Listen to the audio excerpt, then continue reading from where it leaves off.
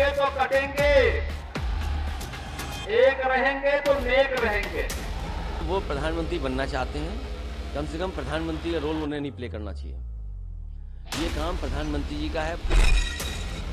Vote bank के चलते ये संविधान बचाओ भी भूल जाते हैं, माइनॉरिटी के अधिकार भी भूल जाते हैं।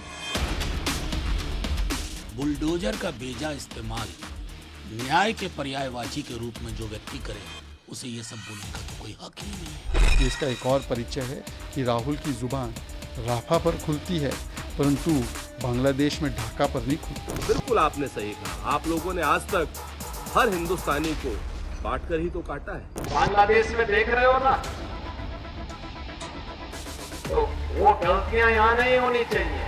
उन्हीं की पार्टी के लोग उनको हटाना चाहते हैं मुख्यमंत्री के पद से, तो शायद वो बीजेपी को कह रहे हैं कि बटेंगे तो कटेंगे।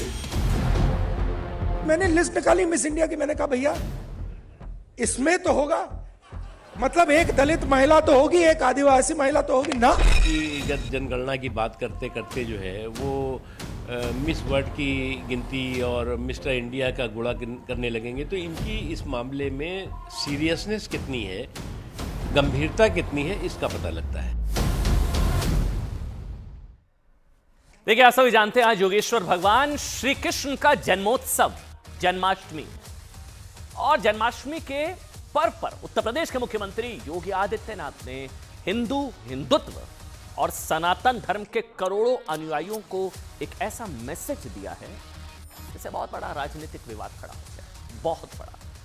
कल श्री कृष्ण की जन्मभूमि मथुरा में भगवान के दर्शन के लिए पहुंचे योगी आदित्यनाथ ने आज आगरा से हिंदुओं के लिए एक ऐसी बात कही जिससे विपक्ष काफी चिढ़ा हुआ है। योगी के बयान को कई लोग भड़काऊ कह रहे हैं, कई लोग भड़काऊ कह रहे हैं। जन्माष्टमी पर योगी का मैसेज, योगी आदित्यनाथ बोले बटेंगे तो कटेंगे। योगी आदित्यनाथ ने आज आगरा में एक सभा को संबोधित करते हुए कहा कि राष्ट्र से ऊपर कुछ भी नहीं हो सकता। राष्ट्र तभी सशक्त होगा जब हम एकजुट होंगे। योगी आदित्यनाथ ने बांग्लादेश में हिंदू विरोधी हिंसा का, सुनिए ध्यान से, योगी आदित्यनाथ ने ऐसी बात नहीं कही। उन्होंने बांग्लादेश में हिंदू विरोधी हिंसा का जिक्र करते हुए क्या कहा कि बांग्लादेश वाली गलती भारत में नहीं दोहराई जानी चाहिए। इसके बाद योगी आदित्यनाथ ने हिंदू एकता का मैसेज देते हुए कहा कि बटेंगे तो कटेंगे, एक रहेंगे तो नेक रहेंगे। कोट अनकोट योगी आदित्यनाथ, बटेंगे तो कटेंगे, एक रहेंगे तो नेक रहेंगे। बांग्लादेश का उदाहरण क्यों दिया योगी आदित्यनाथ ने, और बांग्लादेश के संदर्भ में हिंदुओं को सबक लेने की बात क्यों कही कि हिंदुओं को सबक लेना चाहिए बांग्लादेश से? ऐसा बांग्लादेश में क्या हुआ? उन्होंने बांग्लादेश का उदाहरण देकर योगी आदित्यनाथ ने यह बात क्यों समझाई? शायद ये इसलिए बताने की कोशिश की क्योंकि बांग्लादेश में जब हिंदुओं को निशाने पर लिया गया, हिंदुओं की हत्या की गई, हिंदुओं का नरसंहार किया गया, हिंदू विरोधी हिंसा हुई, तो उनकी जाति नहीं पूछी गई, मतलब जाति का कोई भेद नहीं किया गया। मतलब मीम भीम के आधार पर दंगाइयों ने किसी को दलित, मतलब किसी दलित को नहीं छोड़ा, किसी ओबीसी को उसकी पिछड़ी जाति के आधार पर बख्शा नहीं। दंगाइयों के लिए सिर्फ इतना काफी था कि पीड़ित हिंदू थे। संभवतः इसलिए योगी आदित्यनाथ ने बांग्लादेश की घटना की तरफ इशारा करते हुए कहा कि बांग्लादेश वाली गलती भारत में ना हो। इसके बाद हिंदुओं के लिए एकता संदेश देते हुए क्या कहा उन्होंने कहा बटेंगे तो कटेंगे, एक रहेंगे तो नेक रहेंगे। इसके अलावा योगी आदित्यनाथ ने भी कहा कि देश को समाज, जाति और भाषा के नाम पर बांटने वालों से हमें सावधान रहना होगा। जाति के नाम पर, भाषा के नाम पर और समाज में दूसरी तरह से हिंदुओं को बांटने की जो कोशिश होती है, उससे हमें सावधान रहना होगा। योगी आदित्यनाथ के इस बयान को लेकर सवाल उठाए जा रहे हैं कि योगी आदित्यनाथ ने क्या बांग्लादेश हिंसा के बहाने जाति जनगणना पर, राहुल गांधी और इंडिया गठबंधन की राजनीति पर करारा काउंटर अटैक किया? मतलब इसको समझिए, पूरी लड़ाई का जो खाका है ना, वो जाति जनगणना वर्सेस जाति में मत बटना, जाति जनगणना वर्सेस जातियों में मत बटना के बीच हो गई है। पूरी खबर, राहुल का बयान और जातिगत जनगणना को लेकर सियासत आपको दिखाएं। लेकिन पहले आपको सुना देते हैं योगी आदित्यनाथ का वो बयान जिसने देश का सियासी पारा चढ़ा दिया है। सुनाइए। भाइयों, राष्ट्र से बढ़कर के कुछ नहीं हो सकता, कुछ नहीं हो सकता। और राष्ट्र तब सशक्त होगा जब हम एक रहेंगे, नेक रहेंगे, तभी नेक रहेंगे। बटेंगे तो कटेंगे। आप देख रहे हैं ना, बांग्लादेश में देख रहे हो ना, तो वो गलतियां यहां नहीं होनी चाहिए। बटेंगे तो कटेंगे, एक रहेंगे तो नेक रहेंगे। बटेंगे तो कटेंगे, एक रहेंगे तो नेक रहेंगे। योगी आदित्यनाथ के इस बयान पर आज देश में विवाद खड़ा हो गया। हिंदुओं के एकजुट होने की अपील को सांप्रदायिक नफरती बताया गया, जहरीला बताया गया, दूसरे वर्ग के खिलाफ भड़काने वाला बताया गया। कुछ लोगों ने पूछा, मतलब कुछ लोग कह रहे हैं कि योगी आदित्यनाथ ने हिंदू एकता की बात करके जाति जनगणना वाली राजनीति को करारा जवाब दिया कि जातियों में तोड़ना चाह रहे हैं हिंदुओं को। जाति जनगणना वर्सेस जातियों में मत बंटना। विश्व हिंदू परिषद ने योगी आदित्यनाथ के बयान की तारीफ की। कई हिंदू संगठनों और साधु संतों ने कहा कि राष्ट्र और धर्म की रक्षा के लिए योगी आदित्यनाथ ने बहुत बड़ा मैसेज दिया है। कटेंगे मतलब बटेंगे तो कटेंगे। दूसरी ओर इंडी अलायंस और दूसरी विपक्षी पार्टियां योगी आदित्यनाथ के बयान बटेंगे तो कटेंगे वाले बयान से आग बबूला है, बहुत परेशान है। ऑल इंडिया मयम अध्यक्ष असद ओवैसी, उन्होंने क्या कहा जानना चाहेंगे? असद ओवैसी ने तो योगी आदित्यनाथ के बयान पर उसको हेट स्पीच की बात करते हुए कहा कि योगी मुसलमानों को टारगेट करते हैं। ओवैसी ने भी कहा कि बांग्लादेश में जो कुछ हो रहा है उससे हमारा भारत का क्या मतलब है। अब उनको लगा फिर पलट के पूछा जाएगा, फिर जो गाजा में हो रहा है उससे आपका क्या मतलब है। इसके अलावा क्या हुआ? फिलिस्तीन के सबसे बड़े समर्थक ओवैसी ने आज, इसलिए उनसे पता है पलट के पूछा जाएगा, उन्होंने तुरंत कह दिया, फिलिस्तीन से भी पल्ला झाड़ लिया। कहा कि वहां से हमारा क्या मतलब यानी जब बात बटेंगे कटेंगे वाली आई ना, हिंदुओं की एकजुटता की आई, तो ओवैसी ने फिलिस्तीन से भी मुंह मोड़ लिया। जबकि यही ओवैसी हैं जिन्होंने बतौर सांसद शपथ लेते हुए जय फिलिस्तीन का नारा लगाया था। आज कह रहे हैं वहां बांग्लादेश में जो कुछ हो रहा है उससे हमारा क्या लेना देना। तो जो फिलिस्तीन में हो रहा है, गाजा में हो रहा है, यहाँ भारत के मुसलमानों का उससे क्या लेना देना। अच्छा, बाद में उन्होंने जय फिलिस्तीन जब बोला, बाद में पूछा था कि संविधान में कहां लिखा है, कहां लिखा है संविधान में कि जय फिलिस्तीन का नारा लगाना गलत है। सुनाइए। योगी ने उनके राज में कई फॉल्स एनकाउंटर्स हुए अल्पसंख्यक समाज मुसलमानों के। उनके राज में आज भी बुलडोज़र के ज़रिए मुसलमानों के घरों को तोड़ दिया जाता है। तो ये सब इनका रिकॉर्ड रहा है। तो इसलिए वो बौखलाहट का शिकार होकर अपने हस्बे आदत सिर्फ मुसलमानों को निशाना बना रहे हैं अपनी हेट स्पीच के ज़रिए। अगर उनके कान में कम सुनाई दे रहा है तो उनको एक ENT स्पेशलिस्ट को दिखाकर कान में आला लगाना चाहिए योगी को। बांग्लादेश में अगर जो कुछ हो रहा है तो उसका जिम्मेदार हम कैसे हैं। रहा सवाल पैलेस्टाइन का, तो पैलेस्टाइन के ताल्लुक से महात्मा गांधी ने क्या कहा था, पैलेस्टाइन के बारे में देश के प्रधानमंत्री ने क्या कहा था, पैलेस्टाइन के बारे में मौजूदा फॉरेन मिनिस्टर ने राज्यसभा में उठकर क्या कहा था। देखिए, कांग्रेस के अलावा, ओवैसी के अलावा कांग्रेस, समाजवादी पार्टी, मतलब पूरा जो इंडी गठबंधन है वो योगी आदित्यनाथ के बयान को लेकर बहुत नाराज हो गया है। योगी के बयान पर अखिलेश यादव ने क्या कहा? अखिलेश यादव ने कहा कि योगी मुख्यमंत्री शायद प्रधानमंत्री बनना चाहते हैं, इसलिए वो ऐसी बातें कर रहे हैं। अखिलेश यादव ने पोस्ट किया कि जिम्मेदार लोगों का काम भय से बचाना होता है, भय फैलाना नहीं। अगर ये किसी के व्यक्तिगत विचार हैं तो गलत हैं, और अगर उनके दल के हैं तो और भी ज्यादा गलत हैं।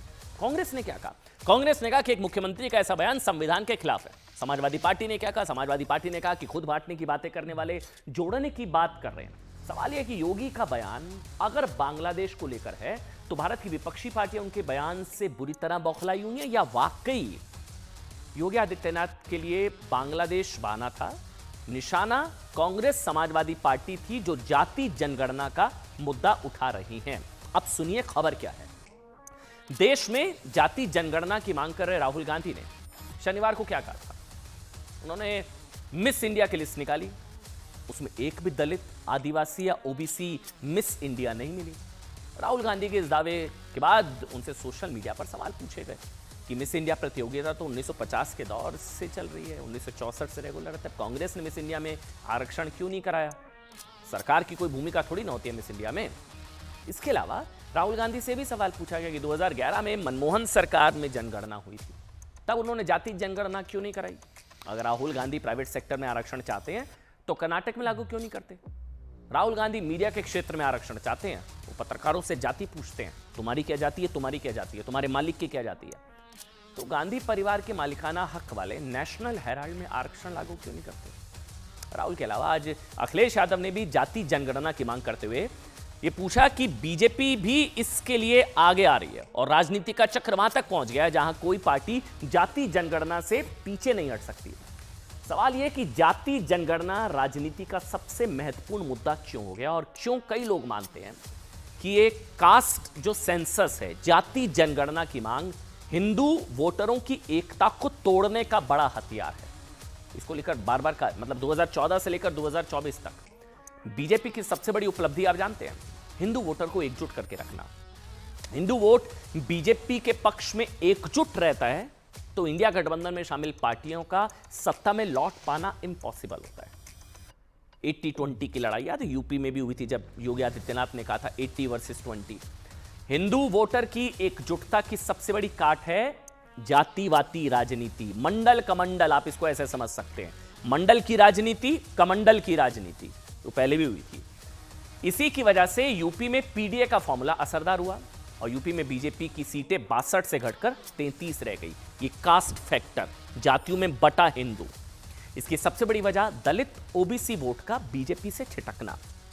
गैर जाटव समाज के 56% लोगों ने इंडी गठबंधन को वोट दिया, बीजेपी को सिर्फ 29% वोट मिले, सिर्फ 29। इसको समझिएगा, जो आज योगी आदित्यनाथ कह रहे हैं ना कि आप बटेंगे तो कटेंगे, क्यों कह रहे हैं?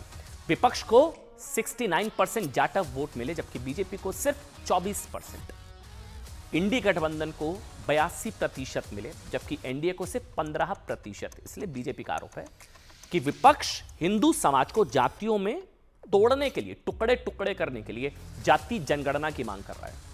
योगी आदित्यनाथ ने हिंदू समाज को जोड़ने की बात की है, इसलिए विपक्ष काफी परेशान है। कुछ लोग इसे इंडी गठबंधन के मंडल के जवाब में बीजेपी का कमंडल बता रहे हैं। प्रधानमंत्री बनना चाहते हैं, कम से कम प्रधानमंत्री का रोल उन्हें नहीं प्ले करना चाहिए। ये काम प्रधानमंत्री जी का है, भारत सरकार का है कि दुनिया में किस देश के साथ कैसे संबंध रखना है। ये पहली बार नहीं मुख्यमंत्री जी कर रहे हैं, मुख्यमंत्री जी पहले भी कह चुके हैं। मुझे उम्मीद है कि दिल्ली वाले इन्हें समझाएंगे कि दिल्ली वाले फैसलों पर वो हस्तक्षेप न करें। जी आज कृष्ण जन्मभूमि जाकर वहां पर आरती करने के बाद इतनी गंदी और इतनी अमर्यादित बात कहते हैं। कुछ नहीं तो कृष्ण जन्माष्टमी की मर्यादा को आपको बरकरार रखना चाहिए था। अब ये जातिगत जनगणना की बात करते करते जो है वो मिस वर्ल्ड की गिनती और मिस्टर इंडिया का गुणा करने लगेंगे तो इनकी इस मामले में सीरियसनेस कितनी है, गंभीरता कितनी है, इसका पता लगता है। और इसलिए इस तरह की बकवास बहादुरी करते करते उनको लगता है कि वो कोई बहुत बड़ा तीर मारने वाले हैं, तो बल्कि वो खुद जो है वो अपने ही पैर पर जो है वो कुल्हाड़ी मार रहे हैं। कांग्रेस पार्टी भगवान श्री कृष्ण की मर्यादा की बात कर रही है। आपको याद होगा जब प्रधानमंत्री नरेंद्र मोदी समुद्र के नीचे द्वारिका नगरी के दर्शन करने गए थे तब राहुल गांधी ने उसे ड्रामा और मजाक, उसका भी मजाक उड़ाया था। बहरहाल योगी का बयान आज सोशल मीडिया पर जबरदस्त ट्रेंडिंग खबर है। बटेंगे तो कटेंगे, एक रहेंगे नेक रहेंगे। सोशल मीडिया पर सवाल उठ रहे हैं कि योगी आदित्यनाथ ने अगर हिंदुओं को एक होने की बात करके सांप्रदायिक अपील की है, मतलब हिंदुओं की एकजुटता की बात करना अगर सांप्रदायिक अपील है, तो फिर अलग अलग चुनाव में कई नेता मुस्लिम वोटरों के एकजुट होने की जो अपील करते हैं वो सेकुलर अपील होती है। मतलब सवाल तो पूछा जा रहा है कि अगर हिंदू एकता की बात कम्युनल है, हिंदू एकता, हिंदू ना बटे, हिंदू एकता की बात अगर कम्युनल है, सांप्रदायिक है, तो फिर मुस्लिम एकता की बात सेकुलर कैसे हो जाती है?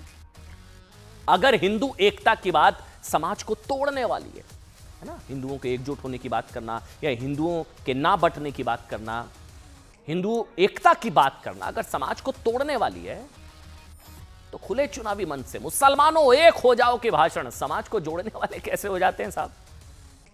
अगर योगी आदित्यनाथ की अपील हिंदुओं के ध्रुवीकरण की कोशिश है, अगर योगी आदित्यनाथ की हिंदू एकता की अपील हिंदुओं के ध्रुवीकरण की 80% पोलराइज रहे, हिंदुओं के ध्रुवीकरण की कोशिश है, तो मुस्लिमों के एकजुट होने की अपील समाज को जोड़ने वाली कैसे हो जाती है? वो गलत है।